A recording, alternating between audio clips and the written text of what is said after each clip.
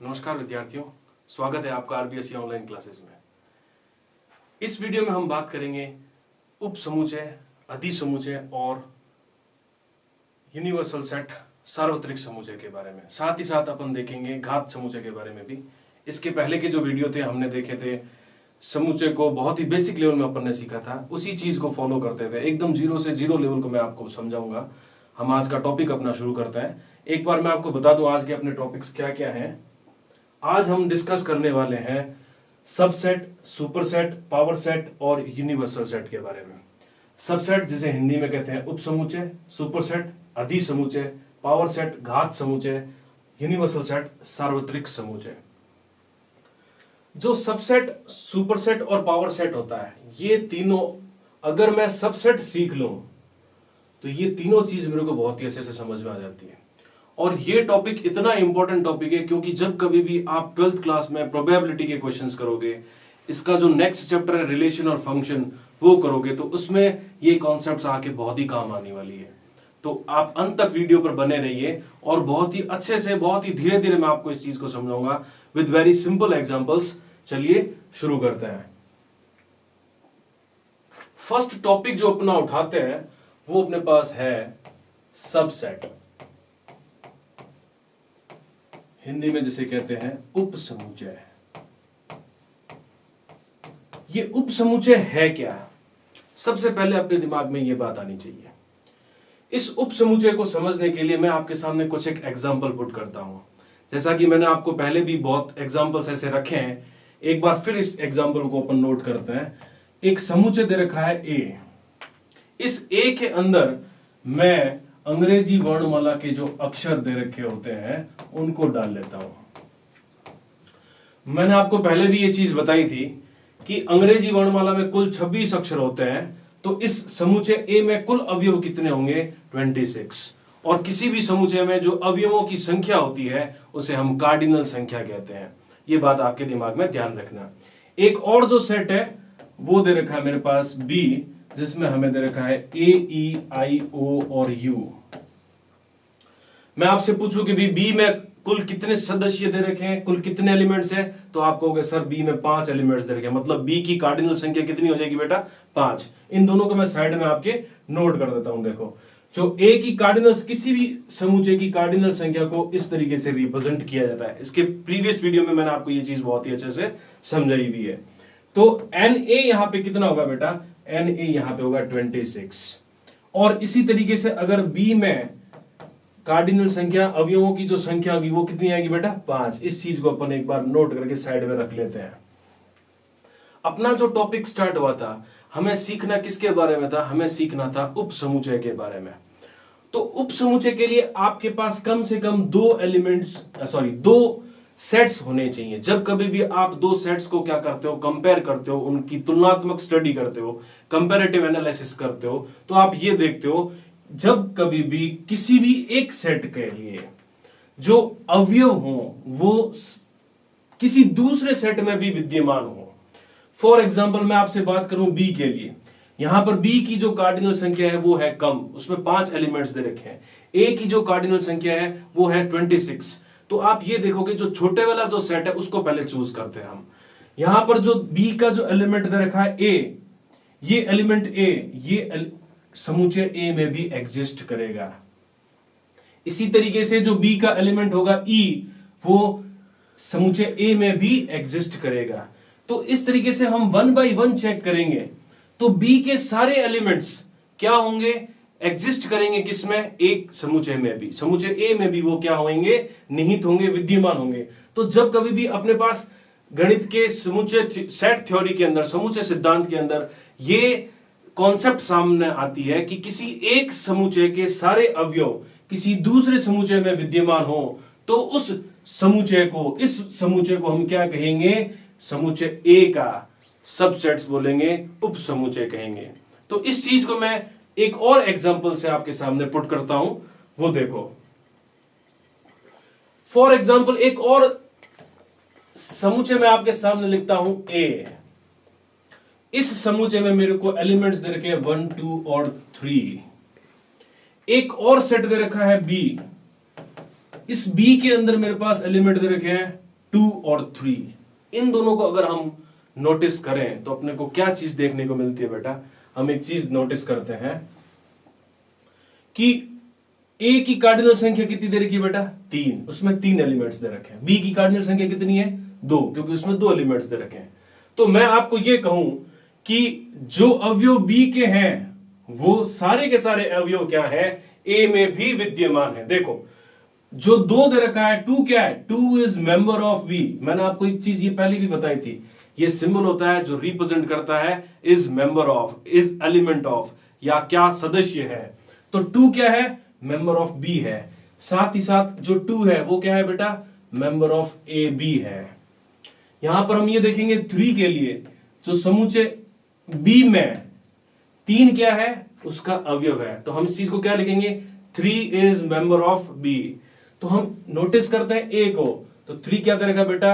Member of A B दे रखा है। तो बी के जितने भी एलिमेंट्स थे, ये रे बी के एलिमेंट्स, ये सारे के सारे किसके अंदर आ रहे हैं? ए के अंदर आ रहे हैं। तो हम क्या कहेंगे? जो समूचे बी होगा बेटा वो ए के अंदर समा जा रहा है, मतलब बी के सारे एलिमेंट्स होंगे, सारे सदस्य होंगे, वो ए में भी एग्जिस्ट कर रहे हैं। तो हम क्या कहेंगे? हम ये कहेंगे यहां बी के सभी अवयव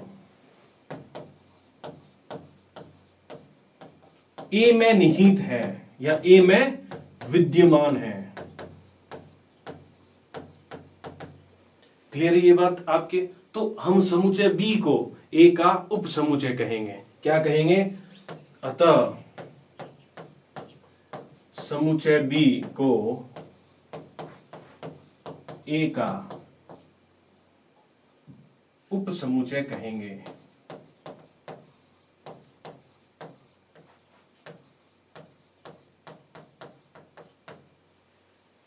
मैं एक और एग्जांपल आपके सामने पुट करता हूं, वो देखो। मैं एक सेट लिखता हूं आपके सामने। एक सेट दे रखा है A X such that X belongs to natural number. X आपके पास क्या दे रखा है? नेचुरल नंबर दे रखा है। और एक्स क्या है? लेस देन इक्वल टू 10, जो कि 10 से बराबर और 10 से छोटा है। एक और समुच्चय बी को लेते हैं, वो दे रखा है 2, 4, 6 और 8। देखो यहां पर एक समुच्चय ए वो दे रखा है सेट बिल्डर फॉर्म में, और एक समुच्चय बी है वो दे रखा है आपको रोस्टर फॉर्म में। तो हम सबसे पहले क्या करेंगे? सेट बिल्डर फॉर्म को कन्वर्ट कर लेंगे रोस्टर फॉर्म में। देखिए समुच्चय ए को कैसे लिख सकते हैं? हम ये कहेंगे कि भी यहां पर जो समुच्चय ए में अवयव कौन कौन से आएंगे, कौन कौन से एलिमेंट्स को हम इसमें इंक्लूड करेंगे। एक्स दे रखा है set of X belongs to दे रखा है नेचुरल नंबर्स। नेचुरल नंबर्स क्या होती है? जो 1 से स्टार्ट होती है, 1 2 3 4 टिल इंफिनिटी तक। तो आपको क्या करना है? एक्स कहां से तक जाना है? एक्स को जाना है लेस देन इक्वल टू 10 तक। तो सेट ए के अंदर कौन कौन से एलिमेंट्स आएंगे? 1 2 3 4 5 6 7 8 9 और 10 भी। क्यों? क्योंकि आपको 10 को क्या करना है? इंक्लूड करना है। तो ये रहा अपना समुच्चय ए, ये रहा अपना समुच्चय बी। हम इन दोनों समुच्चय को नोटिस करते हैं, अपने पास क्या चीज बेटा नोटिस होती है? हम ये देख रहे हैं कि जो अवयव 2 जो बी का सेट का एलिमेंट है वो क्या आ रहा है बेटा? ए में भी आ रहा है। जो एलिमेंट 4 किसका? बी का, वो किस में एग्जिस्ट कर रहा है? वो ए में भी एग्जिस्ट कर रहा है। 6 सेट बी में भी है और सेट ए में भी है। 8 एलिमेंट बी का भी है और एलिमेंट सेट ए का भी है। तो इस तरीके से हम ये कहेंगे कि बी के सारे सदस्य वो किसके हैं? ए के अंदर विद्यमान है। तो हम यहां पर क्या कहेंगे? हम यहां पर कहेंगे यहां बी ए का उप समुच्चय है। तो मेरे ख्याल से इन 2-3 एग्जांपल से आपकी ये चीज क्लियर हो गई होगी कि उप समुच्चय किसे कहते हैं। तो अब हम देखते हैं उप समुच्चय की डेफिनेशन को हम किस तरीके से लिखते हैं। तो लिखिए उप समुच्चय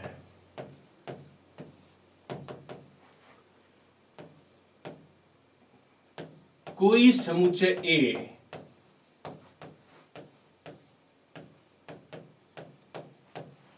समुच्चय बी का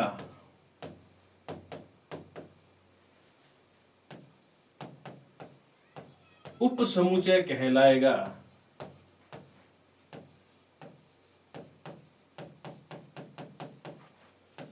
यदि और केवल यदि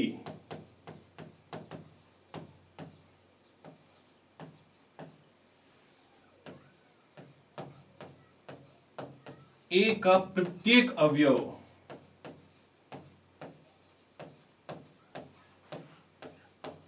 समुच्चय बी का भी अवयव हो।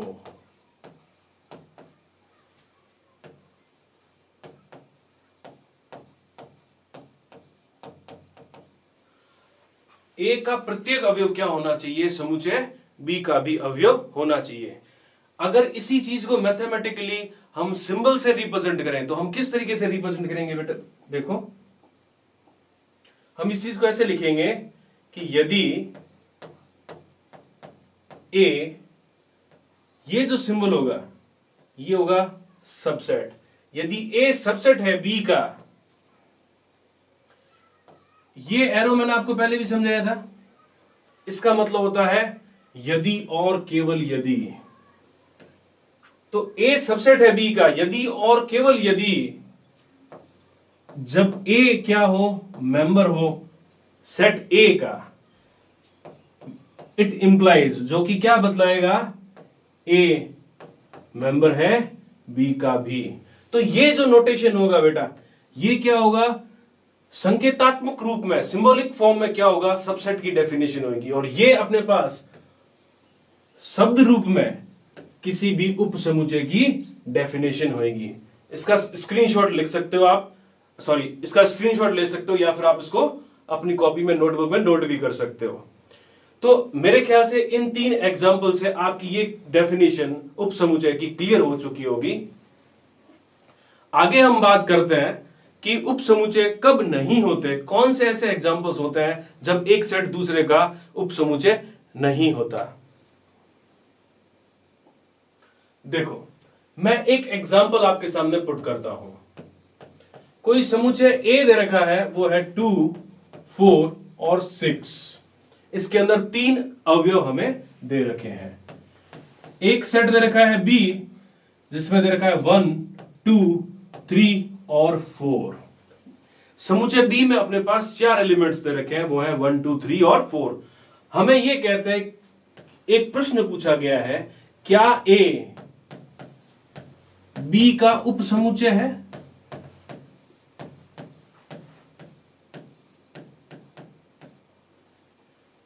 हमसे यह प्रश्न पूछा गया है, क्या ए बी का उप समुच्चय है? तो इस चीज को अपन किस तरीके से नोटिस करेंगे बेटा? हम ये देखेंगे कौन किसका उप समुच्चय बताना अपन को।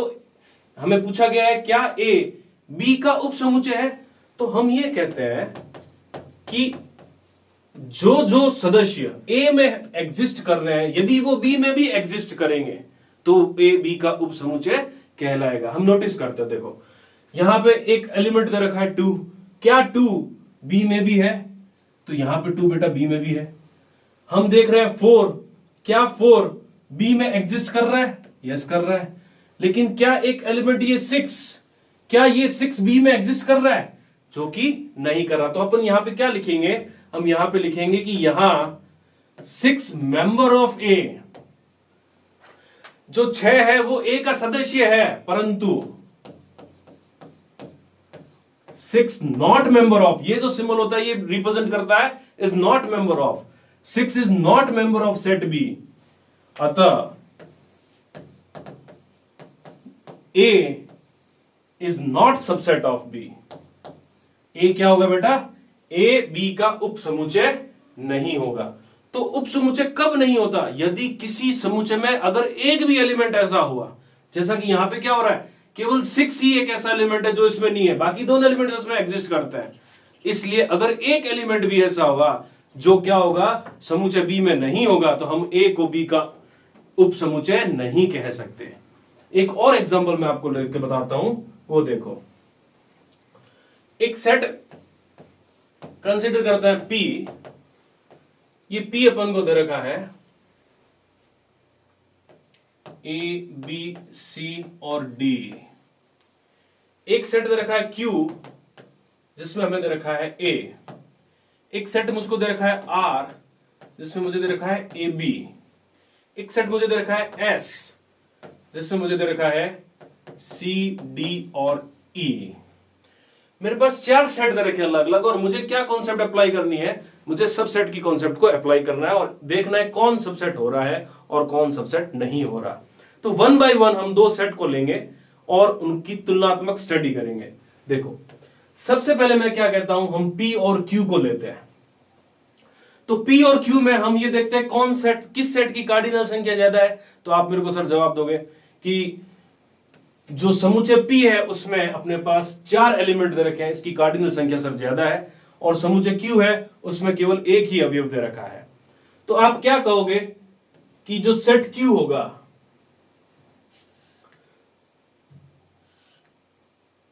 सेट Q होगा और सेट P होगा, और इसके बीच में अपन को क्या है, ये सिंबल यूज करना है, या तो ये सिंबल यूज करना है और या फिर ये सिंबल यूज करना है।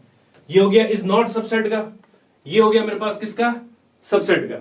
तो Q और P की अगर हम स्टडी करते हैं, Q और P को देखते हैं और हम ये देखते हैं क्या Q के सारे एलिमेंट P के अंदर एग्जिस्ट कर रहे हैं। हम देखेंगे कि Q के अंदर एक एलिमेंट दे रखा है A, और ये एलिमेंट क्या है बेटा, P में भी है। तो Q क्या होगा, Q अपने पास सबसेट होगा किसका, Q is subset of P। तो हम क्या करेंगे, ये स्लीपिंग U इसकी तरफ डाल देंगे, ये सिंबल किसका हो जाएगा, इज सबसेट का। इसी तरीके से मैं ये देता हूं, अगर मैं P को और R को कंपेयर करता हूं, इन दोनों की तुलना करता हूं, तो मैं क्या देखता हूं, जो सदस्य R में एग्जिस्ट कर रहे हैं, देखो एक एलिमेंट रखा R में A, ये एलिमेंट क्या है, P में भी एग्जिस्ट कर रहा है। एलिमेंट B जो कि क्या है, R में भी है, और एलिमेंट B किस में, P में भी है। तो आप क्या चीज बेटा लिखोगे, आप कहोगे कि सर R है ना, वो P का क्या है, सबसेट है। क्यों, क्योंकि R के सारे एलिमेंट किस में एग्जिस्ट कर रहे हैं, सेट P में एग्जिस्ट कर रहे हैं। इसी तरीके से मैं बोलूं कि अगर मुझे इन दोनों को स्टडी करना है बेटा, Q को और R को, तो तीसरा केस देखो, अगर आपके पास यहां पे दे रखा है ये सेट Q, यहां पे दे रखा है R, और आपको बोला जाए कि यार ये जो सही है कि गलत है, ये स्टेटमेंट ट्रू है कि फॉल्स है, तो आप देखोगे कि Q के एलिमेंट्स कौन कौन से दे रखे हैं। Q में एलिमेंट दे रखा है A, क्या A R में एग्जिस्ट कर रहा है, यस कर रहा है, तो मतलब ये क्या होगा बेटा, ये आपके पास ट्रू होगा, ये सत्य होगा कथन।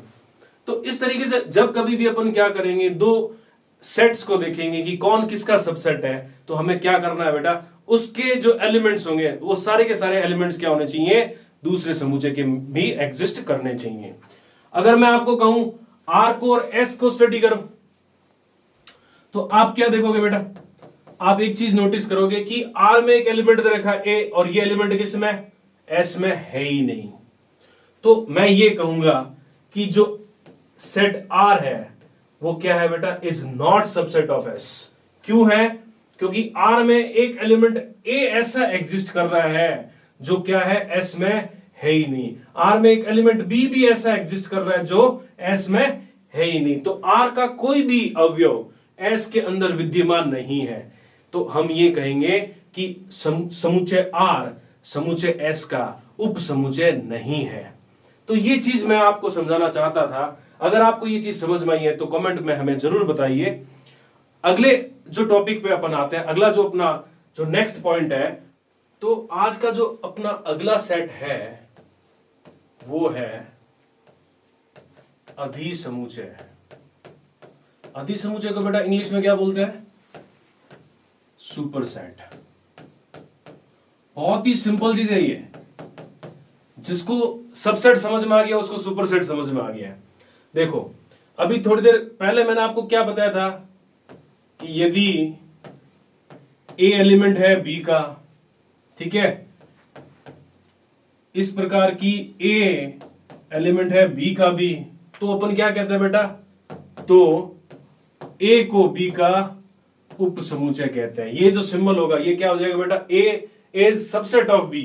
तो इस B को क्या बोलेंगे, इसके लिए मैं एक एग्जांपल और बताता हूं आपको। देखो हमने एक लिखा था 1 2 और 3, एक सेट जो बी है वो मेरे को दे रखा है 1 2 3 और 4।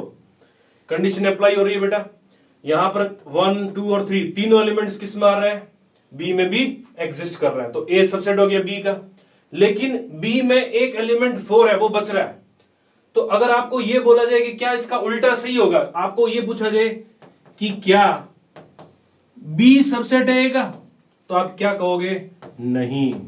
आपका जवाब क्या होगा, नहीं। क्यों, क्योंकि बी के अंदर एक एलिमेंट 4 वो एग्जिस्ट कर रहा है, लेकिन वो किसमें नहीं हो रहा, वो ए में एग्जिस्ट नहीं कर रहा है। इसलिए आप ए को तो बी का उपसमुच्चय कहोगे, लेकिन बी को ए का उपसमुच्चय नहीं कह सकते। तो इस बी को क्या बोलेंगे, इस बी को हम कहेंगे ए का अधिसमुच्चय।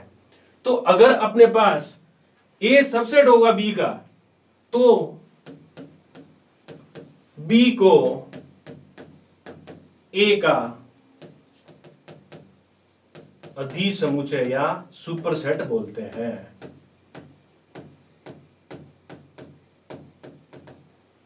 क्लियर है बेटा? तो कुछ एक और एग्जांपल्स में देखो, सेट ऑफ सॉरी ये नंबर सिस्टम के बारे में मैंने आपको बहुत से सेट्स बताए थे, नेचुरल नंबर्स का सेट, होल नंबर्स का सेट, इंटीजर्स का सेट। तो हम इन सेट्स को काम में लेके थोड़ी सी सबसेट और सुपरसेट की कॉन्सेप्ट को, उपसमुच्चय और अधिसमुच्चय की कॉन्सेप्ट को समझते हैं। देखिए,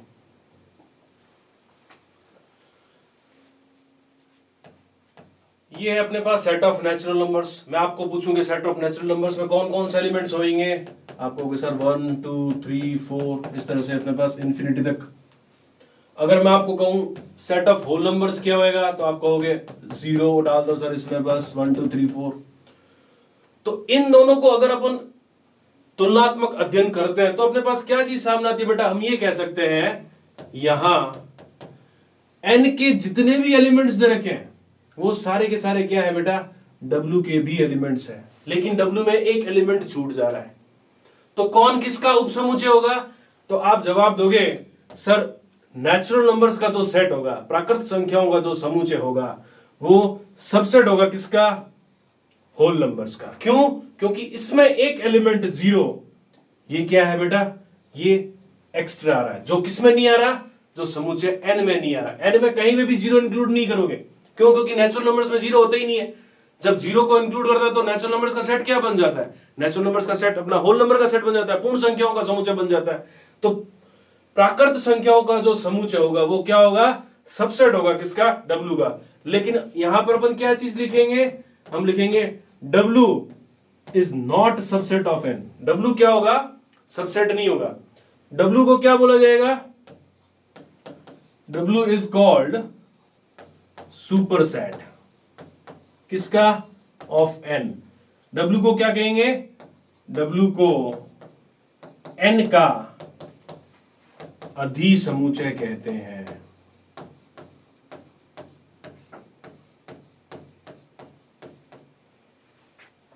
इसी तरीके से मैं क्या करता हूं, नेचुरल नंबर्स को इंटीजर्स के साथ में लिख के आपको एक और एग्जांपल दिखाता हूं।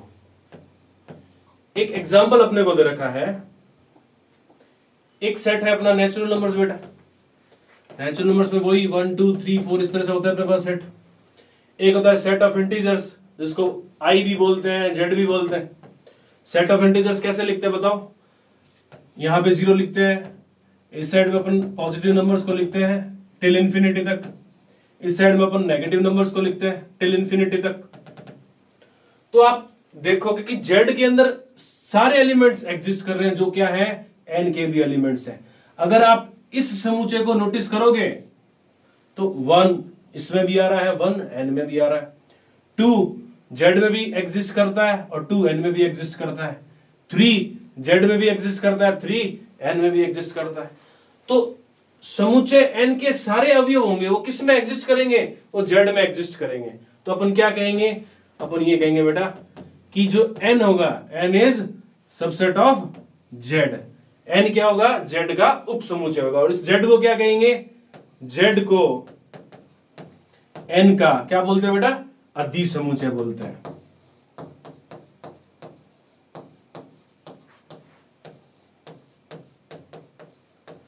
मेरे ख्याल से आपके ये चीज बहुत ही अच्छे से अब क्लियर हो गई होगी कि सबसेट और सुपरसेट्स किसको बोलते हैं। उप समुच्चय से जुड़ी एक और चीज मैं आपको समझाता हूं, वो देखिए भाई, हमें यह कहा जाता है कि यदि ए सबसेट है बी का, तो इस चीज को आप शब्दों के रूप में किस तरीके से डिफाइन करोगे। आप कहोगे कि ए का प्रत्येक अवयव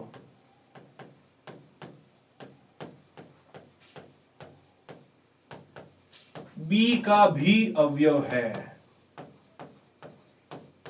या बी का भी अवयव होना चाहिए। भी अगर ए का प्रत्येक अवयव बी का भी अवयव होना चाहिए, तो आप क्या कहोगे, ए सबसेट ऑफ बी। तो एक एग्जांपल मैं आपको बताता हूं, देखो एक सेट 1 और 2 लो, एक और सेट लो, मैं मान लो उसको लिखता हूं 2 और 1। तो आप कहोगे सर यहां पे भी यही केस हो रहा है कि ए का प्रत्येक अवयव बी का भी अवयव है। तो इस केस से आपको क्या चीज याद आती है, इस केस से आपको एक चीज याद आनी चाहिए, वो है इक्वल सेट, समान समुच्चय। तो ये जो कॉन्सेप्ट, ये जो वर्ड लिखे अपन ने, ये समान समुच्चय के लिए भी एप्लीकेबल होते हैं, वहां पे भी प्रयोग में आते हैं। तो इस चीज का क्या मतलब है, इस चीज का मतलब है कि ये तो इस चीज को संतुष्ट करता ही करता है। साथ ही साथ अगर ये हो गया A इक्वल्स टू बी भी, तब भी क्या होगा, ये कॉन्सेप्ट क्या होगी, एप्लीकेबल होगी, ये कंडीशन क्या होगी, एप्लीकेबल होगी। तो जब कभी भी A का प्रत्येक अवयव B का भी अवयव होता है, तो हो सकता है कि A सबसेट हो B का, और यह भी हो सकता है कि A किसके बराबर हो, B के बराबर हो। तो इन दोनों चीजों को एक साथ अपन किस तरीके से लिखते हैं, वो चीज मैं आपको बताना चाहूंगा कि जब कभी भी अपने पास ये लिखा होता है, इसका क्या मतलब होता है, इसका मतलब ये होता है कि या तो A क्या है, A सबसेट है B का, और या फिर क्या होगा, A इक्वल टू होगा B का। A अगर इक्वल टू है B के, तब उस वक्त ये कंडीशन अपने सामने होगी, और क्या होगा, A का प्रत्येक अवयव क्या होगा, B का भी अवयव होगा। और अगर A सबसेट है B का, उस वक्त भी क्या होगा, A का प्रत्येक अवयव क्या होगा, B का अवयव होगा। लेकिन इन दोनों में एक चीज डिफरेंस है, और वो क्या है, जब केवल सबसेट होता है तो उस वक्त B में कुछ एलिमेंट्स एक्स्ट्रा होंगे, डेफिनेटली होंगे। कैसे, उस वक्त अपने पास हो सकता है A में 1 और 2 हो, और B में अपने पास 1, 2 और 3 हो। मतलब एक एलिमेंट क्या होगा, एक एलिमेंट अपने पास B में एक्स्ट्रा होगा, और वो कौन सा होगा, वो ये 3। उस वक्त क्या लिखा जाएगा, A सबसेट। और जब कभी भी A और B दोनों आपस में बराबर होंगे, समान समुच्चय होंगे, तो उस वक्त क्या होगा, A में अवयव जितने होंगे वो की वो अवयव क्या होंगे, अपने पास B में होंगे, जो कि इस एग्जाम्पल में मैंने आपको रिप्रेजेंट किया है। तो जब कभी भी ये सिंबल आपके सामने दिखे, इसको आप किस तरीके से रीड करोगे, इसको आप रीड करोगे, A is subset of B और A इक्वल टू B। इसका मतलब होगा A या तो B का उप समुच्चय है, या A B के बराबर है। दोनों ही केसेस में आपके पास क्या होगा, A का प्रत्येक अवयव B का भी अवयव होगा। यहां तक मेरे ख्याल से आपकी चीजें समझ में आ गई होंगी। एक और कॉन्सेप्ट मैं आपको समझाता हूं। एक कॉन्सेप्ट होती है कि रिक्त समुच्चय, प्रत्येक समुच्चय का क्या होता है, उप समुच्चय होता है। उस चीज को क्लियर करने के लिए मैं आपके सामने एक एग्जांपल लिखता हूं। देखिए हमें क्या चीज सिद्ध करनी है, रिक्त समुच्चय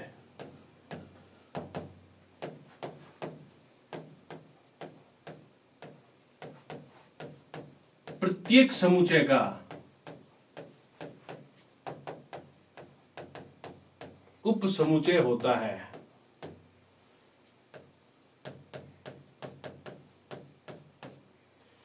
देखिए जब कभी भी अपन को यह बात बोले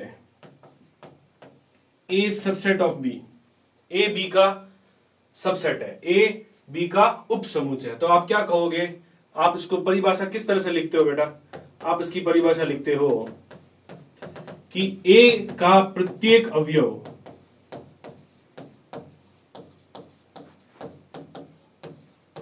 B का भी अवयव है। इसी तरह से लिखोगे इसको।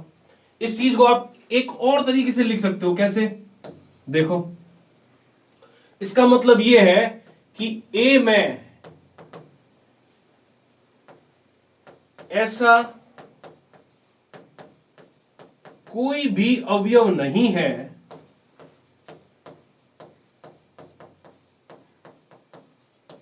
जो समुच्चय बी में न हो।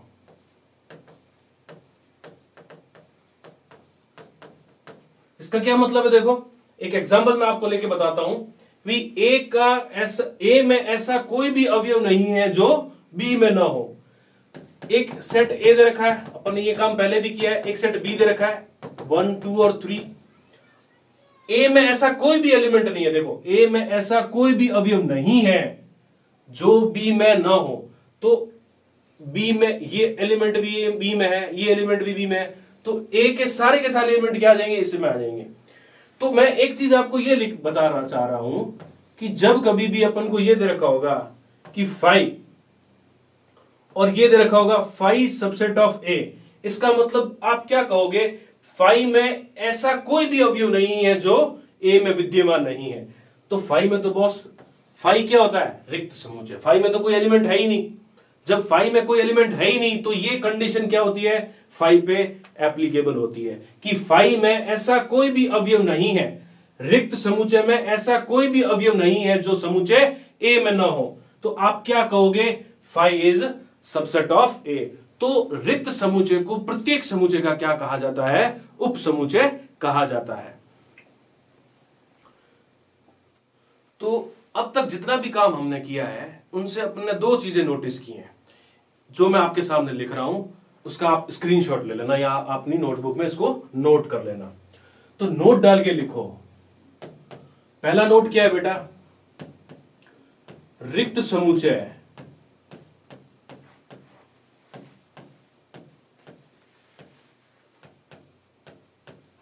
प्रत्येक समुच्चय का उप समुच्चय होता है। इसको आप कैसे लिखोगे? इसको लिखोगे फाई सबसेट ऑफ। अब प्रत्येक समुच्चय को मैं ए सेट मान रहा हूं। आप ए लिख सकते हो, बी लिख सकते हो, सी लिख सकते हो, कुछ भी लिख सकते हो। मतलब फाई क्या हो रहा है? इज सबसेट ऑफ ए। प्रत्येक समुच्चय का क्या होगा? नल सेट होगा, वो सबसेट होगा, उप समुच्चय होगा। दूसरी चीज अपन ने क्या देखी बेटा कि भाई उप समुच्चय कब बोलते हैं? ए का उप समुच्चय बी कब कहलाएगा? जब बी के सारे एलिमेंट्स क्या हो? ए में एग्जिस्ट करते हैं। और वो चीज क्या होती है? इक्वल सेट में भी होती है। तो हम ये बोल सकते हैं कि प्रत्येक समुच्चय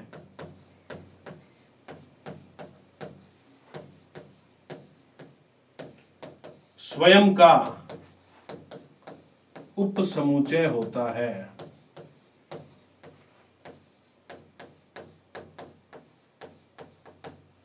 इसका आप एक और स्क्रीनशॉट लो।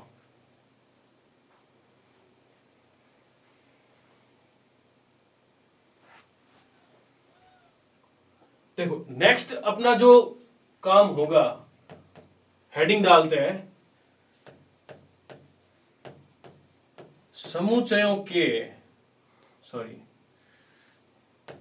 समुच्चय के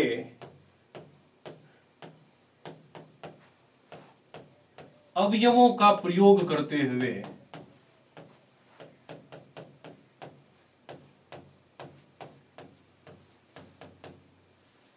उप समुच्चय ज्ञात करना।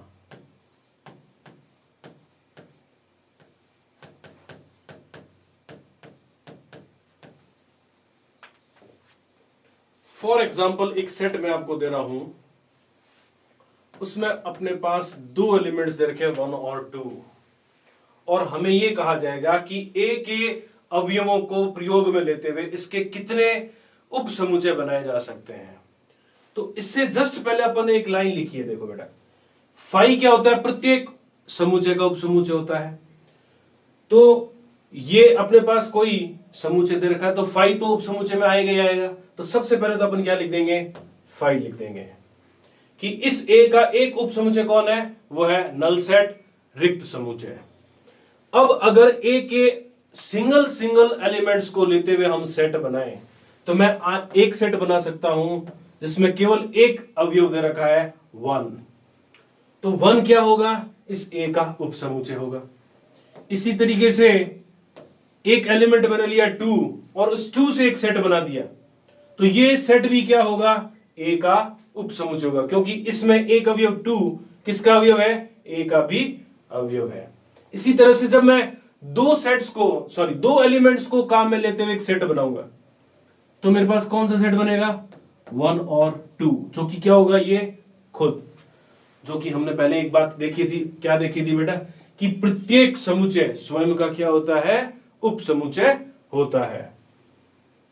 तो हमने ये देखा कि किसी समुच्चय ए के लिए अगर हमें इसमें 2 एलिमेंट्स दे रखे हैं 1 और 2, तो कुल कितने उपसमुच्चय बन सकते हैं, 1 2 3 और 4। तो इसके उपसमुच्चय टोटल कितने होंगे, कुल कितने उपसमुच्चय होंगे बेटा, कुल उपसमुच्चयों की संख्या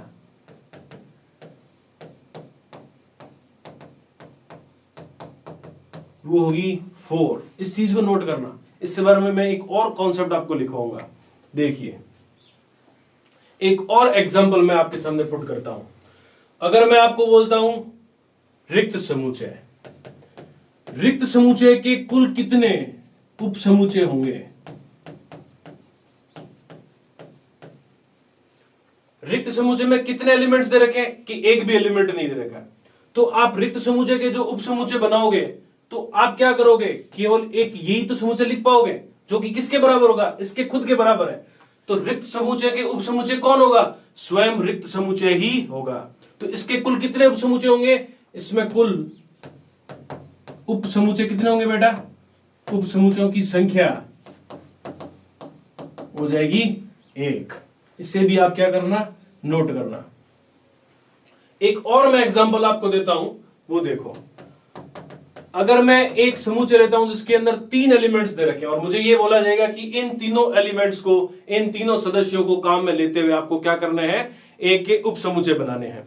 तो आप क्या करोगे, सबसे पहले तो क्या लिख दोगे, 5 लिख दोगे, क्योंकि 5 क्या होता है, प्रत्येक समुच्चय का उपसमुच्चय। अगर मैं एक एक एलिमेंट्स को काम में लेता हूं और सेट बनाता हूं, तो मैं क्या बनाऊंगा, 1 2 और 3। अगर मैं दो एलिमेंट्स को साथ में लिखकर एक समुच्चय का निर्माण करता हूं, तो मैं क्या कर सकता हूं, 1 और 2। मैं लिख सकता हूं 1 और 3, मैं लिख दूंगा कितना, 2 और 3। अगर मैं फिर लिखता हूं तो वापस क्या हो जाएगा, 1 और 3 रिपीट हो जाएगा। तो कुल कितने, कुल 3 ही समुच्चय बनाए जा सकते हैं जब हम 3 में से किन्हीं 2 से मिलकर समुच्चय बनाते हैं। अगर मैं तीनों एलिमेंट्स को लिख के एक सेट बनाता हूं, तो क्या आ जाएगा, 1 2 और 3। तो ये देखो, ये सेट क्या है बेटा, ये वापस हमें वही सेट, जो पेरेंट सेट था, जो मूल सेट था, वो हमें प्राप्त हो चुका है। तो प्रत्येक समुच्चय का स्वयं, प्रत्येक जो समुच्चय होता है वो स्वयं का क्या होता है, उपसमुच्चय होता है। नल सेट होता है वो क्या होता है, प्रत्येक समुच्चय का क्या होता है, उपसमुच्चय होता है। तो अगर मैं इन टोटल उपसमुच्चयों को गिनने के लिए आपको बोलूं, आप मेरे को क्या जवाब दोगे, आप कहोगे कितने बेटा, टोटल कितने, जो टोटल सबसेट्स होंगे, जो कुल उपसमुच्चय होंगे, वो कितने हो जाएंगे, हो जाएंगे अपने पास 8। तो इस तरीके से हम ये देख रहे हैं कि उपसमुच्चयों की जो संख्या थी वो एक संख्या पे निर्भर करती है, जिसको हम बोलते हैं कार्डिनल संख्या। कैसे, इससे पहले का जो एग्जांपल अपन ने देखा था, इस ए की कार्डिनल संख्या कितनी थी, कार्डिनल संख्या मैं आपको पहले भी बता चुका हूं, किसी अवयव की कार्डिनल संख्या किसे कहते हैं, किसी सेट की कार्डिनल संख्या किसे कहते हैं, जो उसमें एलिमेंट्स एग्जिस्ट करते हैं। Number of elements existed in any set is called the cardinal number. Cardinal संख्या किसी समुच्चय की क्या होती है, जो उसके अवयवों की संख्या होती है। यहां पर कार्डिनल संख्या कितनी है बेटा,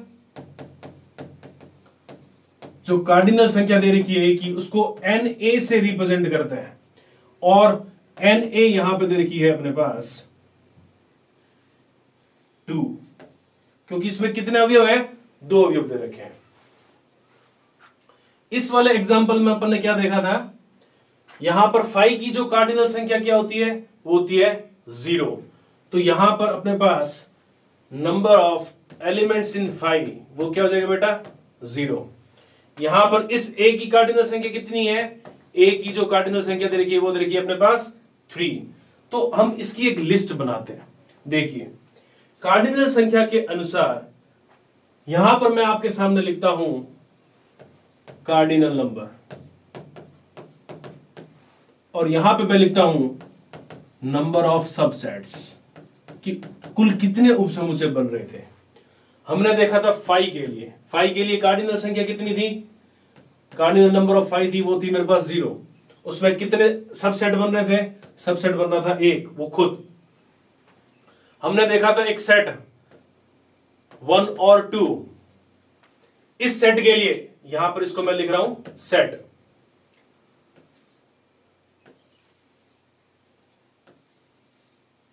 इस सेट के लिए जो कार्डिनल नंबर थी ए की, वो कितनी थी बेटा, ए की कार्डिनल नंबर थी 2, और इसमें अपने पास नंबर ऑफ सबसेट्स कितने थे, इसमें अपने पास नंबर ऑफ सबसेट्स थे, वो थे 4। तो यहां पर इसके नंबर ऑफ सबसेट्स कितने हो गए बेटा, 4।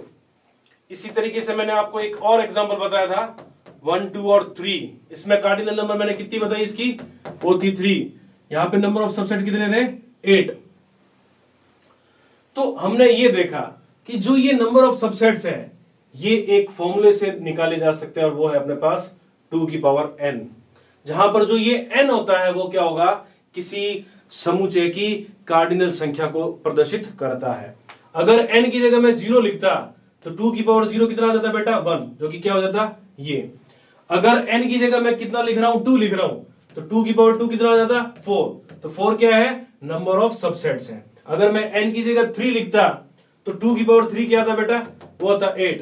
तो अपने पास नंबर ऑफ सबसेट्स कितना आ रहे हैं, 8। तो किसी भी समुच्चय में अगर कार्डिनल संख्या n दे रखी है तो उसके सबसेट्स की संख्या कितनी होगी, वो होगी 2 की पावर n। तो इस चीज को अपन क्या करता है, नोट करता है। तो अगला नोट डाल के लिखिए,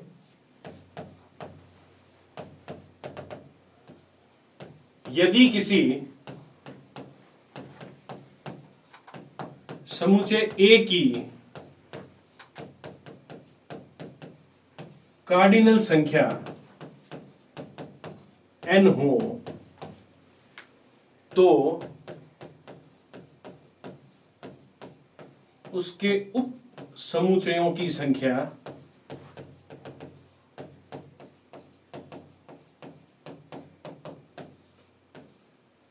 n होती है। कितनी होती है, 2n, जहां पर n क्या होगी, n होगी अपने पास कार्डिनल संख्या। n हमेशा एक पूर्ण संख्या होती है, क्योंकि कार्डिनल संख्या क्या होगी बेटा, n हो सकता है 0 हो, n1 हो, n2 हो, 3 हो, 4 हो, इस तरह से अपने पास चलती रहेगी। n0 कब होगी, नल सेट के लिए, n1 कब होगी, एकल समुच्चय के लिए, सिंगलेटन सेट के लिए, और इस तरह से अपने पास n की वैल्यूज हम पुट करते रहेंगे और नंबर ऑफ सबसेट्स निकालते रहेंगे। एक प्रश्न और पूछता हूं मैं, जिसका जवाब आप मुझे कमेंट में दोगे। यदि कोई सेट ए दे रखा है जो है ए बी सी डी और ई, ए के उप समुच्चयों की संख्या क्या होगी,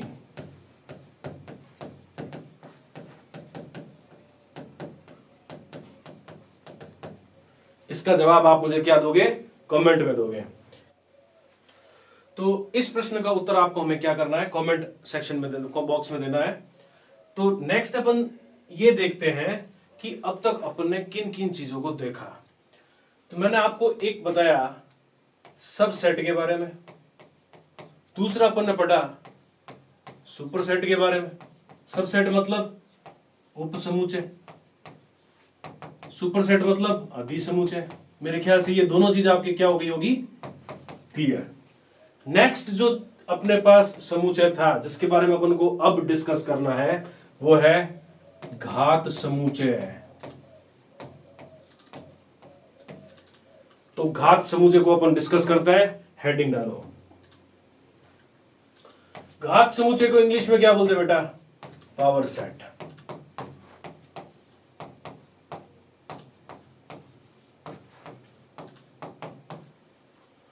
पावर सेट को समझाने के लिए मैं आपको एक प्रश्न देता हूं। देखिए, हमें एक सेट दे रखा है ए, जिसके अंदर दो एलिमेंट दे रखे हैं, स्मॉल ए और स्मॉल बी, और यह कहा गया है ए का घात समुच्चय क्या है?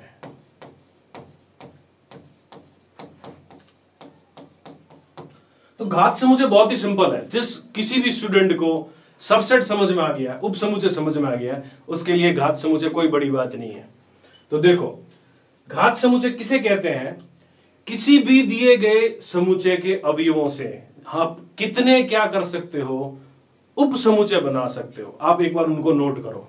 अगर मैं आपको यह कहूं कि इस समुच्चय ए के एलिमेंट्स को काम में लेते हुए आपको क्या करना है, उप समुच्चय बनाना है, तो आप मुझे क्या जवाब दोगे? आप सबसे पहले कहोगे सर एक तो 5 लिख दो। उसके बाद में इस समुच्चय के एक एक एलिमेंट को काम में लेते हुए आप समुच्चय बनाओ। तो मैंने एक समुच्चय बनाया ए और एक समुच्चय बनाया बी। अब आपको क्या करना है, इसके दो एलिमेंट्स को काम में लेते हुए एक समुच्चय बनाना है।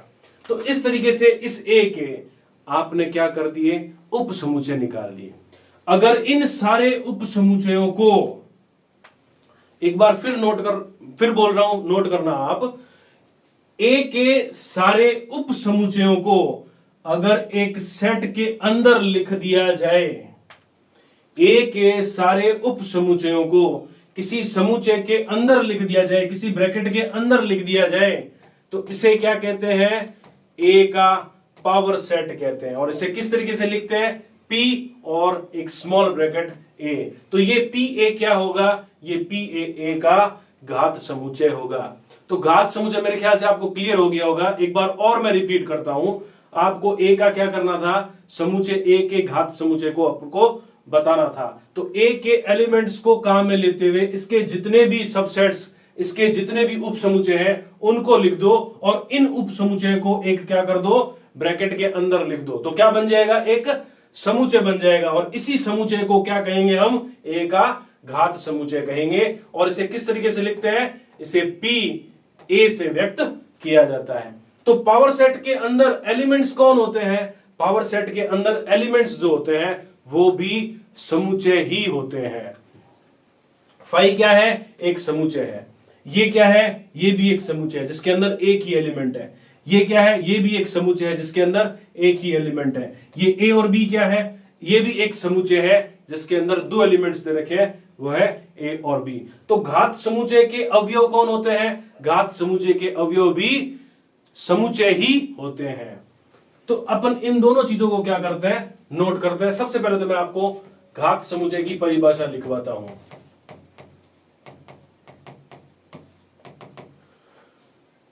यदि किसी समुच्चय ए के अवयवों द्वारा बनाए गए उप समुच्चयों का एक समुच्चय बना दिया जाए,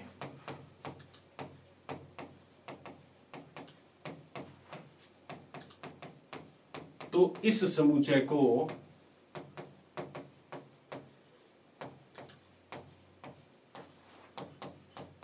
ए का घात समुच्चय कहते हैं।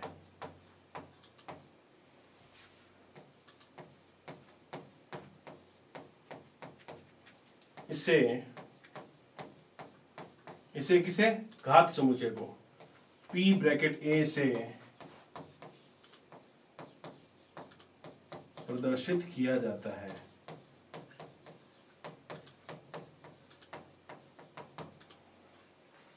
क्लियर है ये चीज? एक चीज और नोट डाल के लिखो,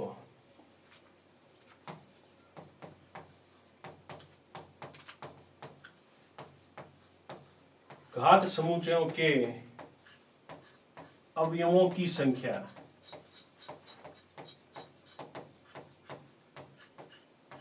वो क्या होगी बेटा, होगी 2 की पावर n। क्यों होगी, क्योंकि घात समुच्चय के अवयव कौन होते हैं, ए के उप समुच्चय।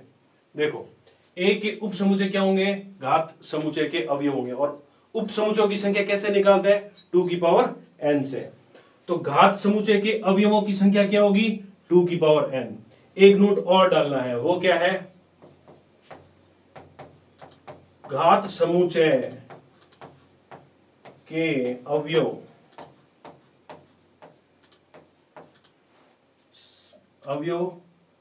समुच्चय ही होते हैं।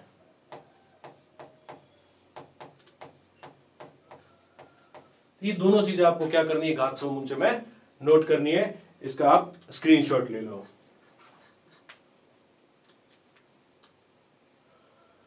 नेक्स्ट अपन जो बात करते हैं वो है सार्वत्रिक समुच्चय के बारे में।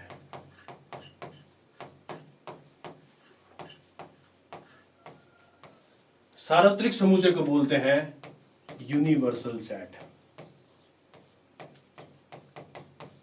देखो यूनिवर्सल सेट क्या होता है, मैं इसके लिए आपको एक एग्जांपल देता हूं। मान लो कि एक समुच्चय ए है और समुच्चय ए आपको क्या कहता है, समुच्चय ए कहता है कि x सच दैट, x क्या है? आपकी कक्षा के छात्र। अगर आपकी कक्षा के अंदर जो जो स्टूडेंट दे रखे हैं उनका अगर एक समुच्चय बना लूं और उस समुच्चय को मैं ए से प्रदर्शित करूं तो मैं एक सेट लिख सकता हूं, उसके अंदर वो सदस्य होंगे, वो एलिमेंट्स होंगे जो आपकी क्लास के स्टूडेंट्स हैं। एक सेट बी में कंसीडर करता हूं, बी सेट दे रखा है वाई, वाई क्या है? आपकी विद्यालय के छात्र।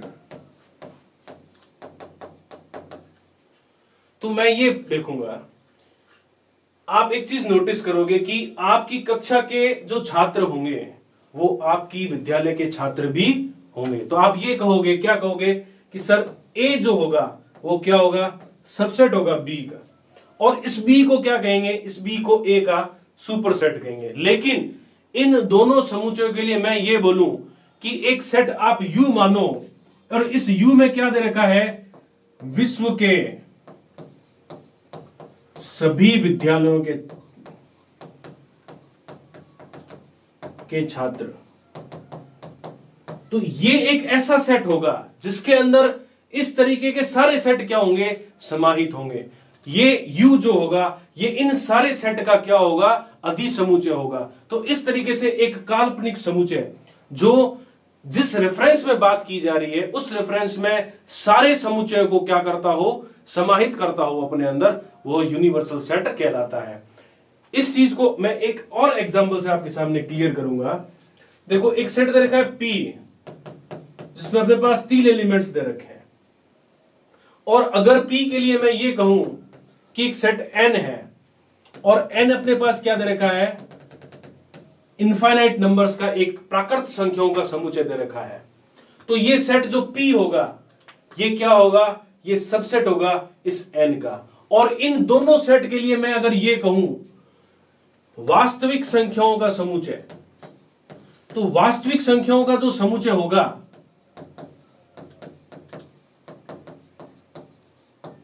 इस समुच्चय के अंदर सारी नंबर्स होंगी, ये क्या करेगा? उन सारी नंबर्स को अपने अंदर कंटेन करेगा। मतलब वास्तविक संख्याओं का जो समुच्चय होगा वो इन सारे समुच्चयों के लिए क्या होगा? एक अधिसमुच्चय होगा, सुपरसेट होगा। तो इस तरह का जो एक सेट होता है इसे हम क्या कहेंगे?